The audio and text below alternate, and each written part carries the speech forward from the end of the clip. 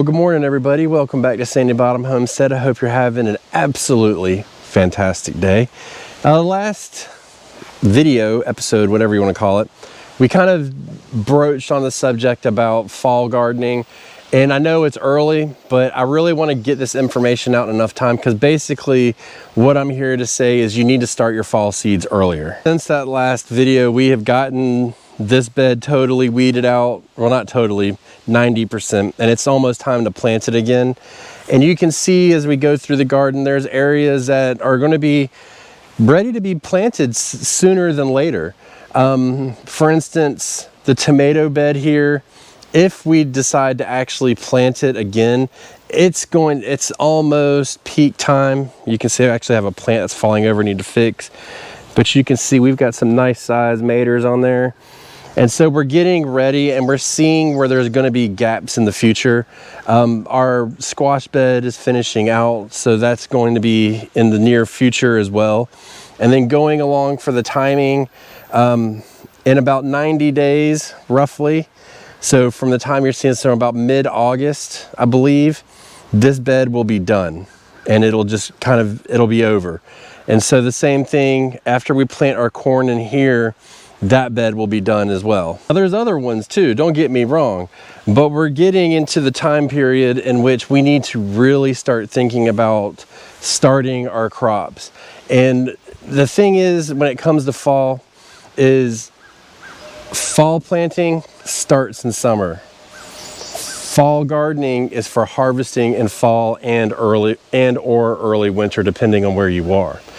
So coming up in the next couple weeks, we are going to actively be seeding again, and we're going to be getting going, and we're going to be starting with our long season fall crop. So what does that look like? Well, you got to think from the release of this video should be around, well, actually it might be around the summer solstice.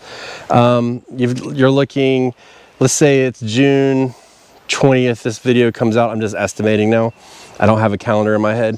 But June 20th, July 20th, August 20th, that's 8 weeks. You know what that means? I need to have stuff getting ready to go into the ground in almost 8 weeks from the release of this video. So that means that I need to really get up and get going and really start planting. So it's time to start getting your supplies ready. It's time to get your seed orders in, get your seeds if you don't have them.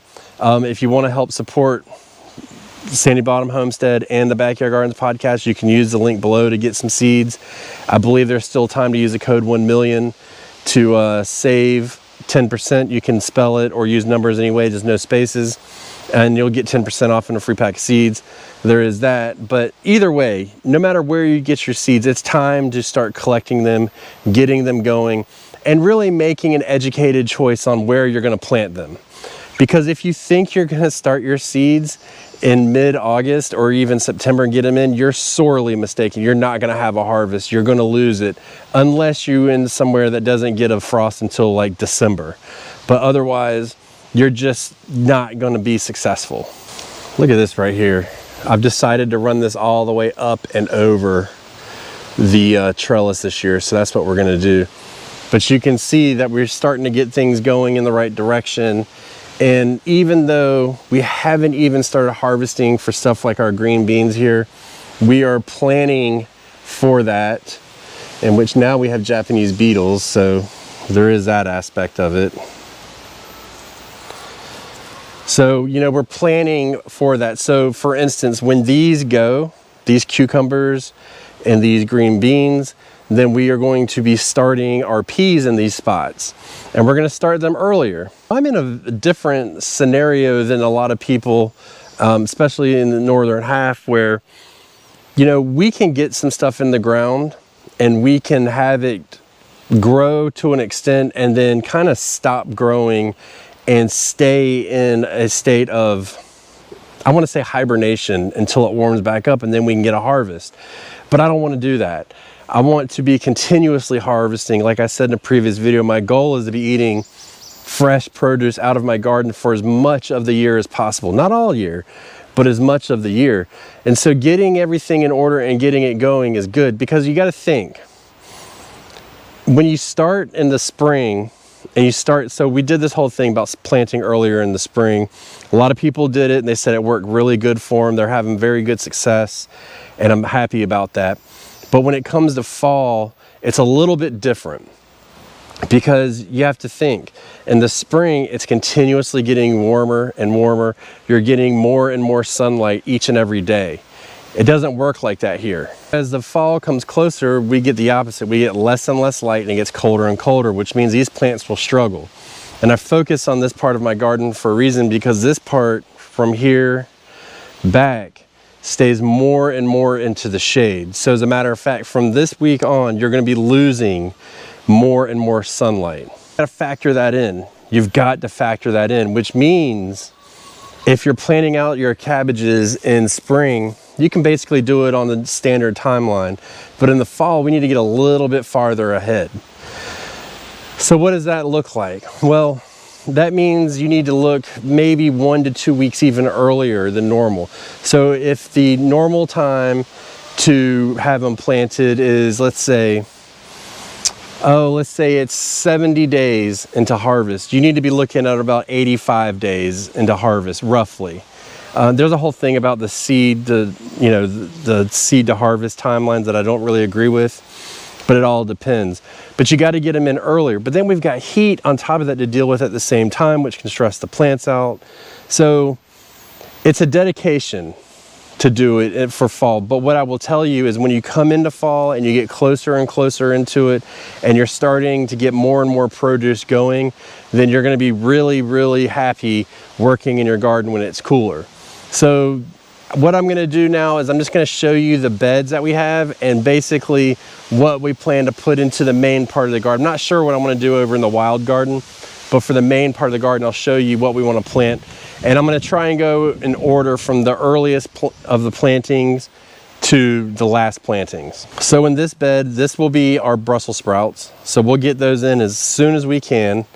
Then we're going to come over here, and I think what we'll do here is we're going to get, our broccoli didn't do very good last year here. So what we did is we kind of just let it we didn't even really grow broccoli in it. It kind of all died out. So we're going to do broccoli in this one, and then cabbages in this one. And then because the corn's going to come out so late, we'll be putting our lettuce and our radishes in this bed again. I'll probably do a half and half situation.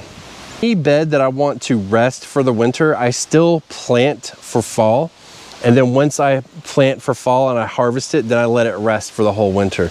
And I'll go ahead and I will, at the same time, add different amendments and stuff to it, and we'll get into that in future videos. But I really want to stress the timeline in which you are to start your seeds, which is almost now. And I mean, if you go farther north, you need to start even earlier. Sometimes, in some places, you're already running late. So get as much as you can started now, so you have the time and the option to get into it. So what I mean by that is, you can start judging by your weather when it starts to get really hot and you're like, hey, it's time to harden off these plants. You can kind of pull back and say, you know what, we're having a heat wave right now. We don't have to do it right now. But you don't want to be stuck into a position where you have to do it right then and there, because then you're just going to put undue stress on your plants. And so the next thing is going to be adding shade to it. Now there's a number of ways you can add shade to the garden. You can put, a cloth over the whole garden. You can do individual beds. You can do a number of things. What I would say is, if you're able to stay under about 85 degrees or even 80 degrees, I wouldn't really worry about it, but you've got to be careful about the afternoon sun. So this time of year, the afternoon sun's brutal. I came out here, as you can tell, there is zero shade in the garden today. And that's because I came out in the time of day in which the sun's going to track this way, which is all of the hot sun comes here, every bit of the hot sun. So we're going to be getting nothing but heat for the rest of the day. So we have to take that into account. So what do I do with my shade cloths? Well, I put my shade cloths at an angle like this. So when the sun comes this way in the heat of the day, it gets the most of the shade. Versus if you put it on top, you're getting the high noon shade, but I don't really need that here because it's in the shade during that time. So we just want to kind of manage that the best we can. But what that'll do is that'll give it time to break down, to cool the garden down, to keep those plants cool so they don't stress. So you need to be thinking about all these things now. Now it does sound like it's a lot and it's stressful. First, I'm not even gonna lie, it is pretty stressful, but then you come out and you start harvesting and you're gonna be so happy you did it. Question to you is, what are you gonna plant in your garden for fall? Or are you even gonna have a fall garden? Or have you even had a fall garden? There's 3 questions for you. Answer them any way you want. But I think it would be, you're missing an opportunity if you don't grow in fall, but getting the timing right is absolutely 100% crucial for fall, especially if you live somewhere where you have a harsh winter. You've got to have it on time, and we're gonna try and get you on time this year. So if you want help with that, there is a seed starting date that you can get down below. Shoot me an email. We can work something out and get you an email, get you one sent to you. It is a small fee. They cost $10, but it's customized for your area, and that will help you to get your seeds started at the right time so you can get them planted out. Because if you miss it in the fall, it's really time sensitive. I can't stress that enough. You're going to not have a harvest and you're going to struggle the whole time.